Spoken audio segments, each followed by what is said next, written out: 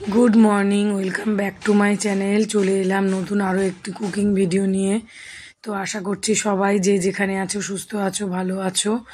आमार समस्त नतून पुरानो सब बंधुदेर आमार तरफ थेके अनेक अनेक आंतरिक भालोबासा। तो चले एलाम आजके एकटा निरामिष मोचार रेसिपि निये, सम्पूर्ण निरामिष बादाम दिये करेछि मोचार घंट। तो आमी कि करे करेछि सेटाई तोमादेर माझे शेयार करब।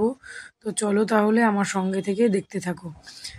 तो बादाम दिए आमी प्रथम करलाम, एर आगे अन्यभावे करेছি, आमिष करेছি, ছোলা দিয়ে বানিয়েছি, তবে বাদাম দিয়ে কখনো বানাইনি, সম্পূর্ণ নিরামিষ।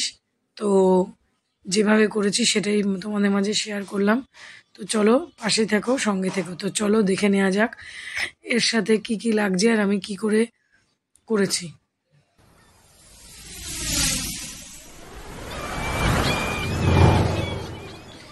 প্রথমে এই যে মোচাটাকে দেখো ভালো করে ছাড়িয়ে কেটে নিয়েছি, ওটা আর দেখাইনি।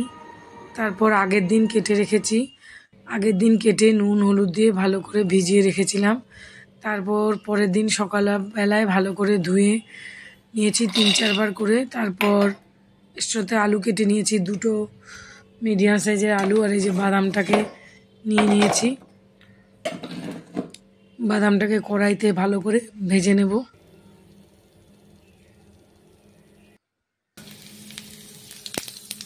তারপর বাদামটা তুলে নিয়ে ওই তেলের মধ্যে ফোড়ন দিয়ে দিলাম জিরে, শুকনো লঙ্কা, তেজপাতাও দিতে পারো, তেজপাতাটা আমার এই মুহূর্তে নেই তার জন্য। দিয়ে কেটে রাখা আলুটা ডুমো ডুমো করে কেটে রেখেছি ছোট ছোট করে। তো সেই আলুটাকে ভালো করে ভেজে নেব। আর দিয়ে দিলাম একটু নুন। গ্যাসের হিটটা মিডিয়াম ফ্লেমে ধীরে ধীরে বহুক্ষণ ভালো করে লাল করে ভেজে নিতে হবে। আর এইদিকে আমি এর সাথে যে মশলাটা দেব, তো আলু ভাজা হতে হতে আমি সেই মশলাটা শিলে বেটে নেব। তোমরা যদি মনে করো মিক্সিতে করবে তো করতে পারো, যেহেতু অল্প মিক্সিতে হতে সময় লাগে আর ভালো হয় না, শিলে ভালো হয়।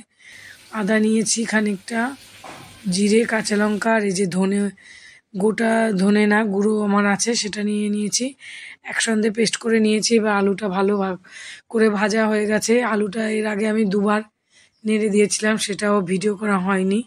তো এবার মশলাটা দিয়ে ভালো করে কষে নেব। আর মোচাটাকে আমি সিদ্ধ করিনি, মোচা আমি সিদ্ধ ছাড়াই রান্না করি, সিদ্ধ করে করি না, তাহলে মোচার যে আয়রনটা থাকে সেটা বেরিয়ে যায়, সেই জন্য আমি সেদ্ধ না করেই করি। তো ভালোই হয় খেতে।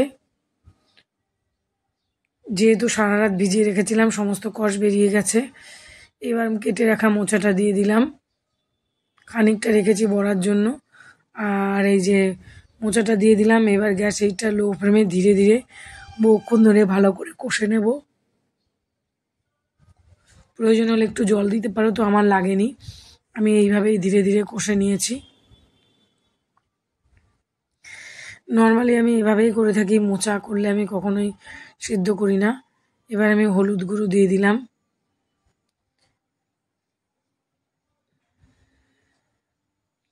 হলুদ গুঁড়ো দিয়ে ভালো করে নেড়ে নেব।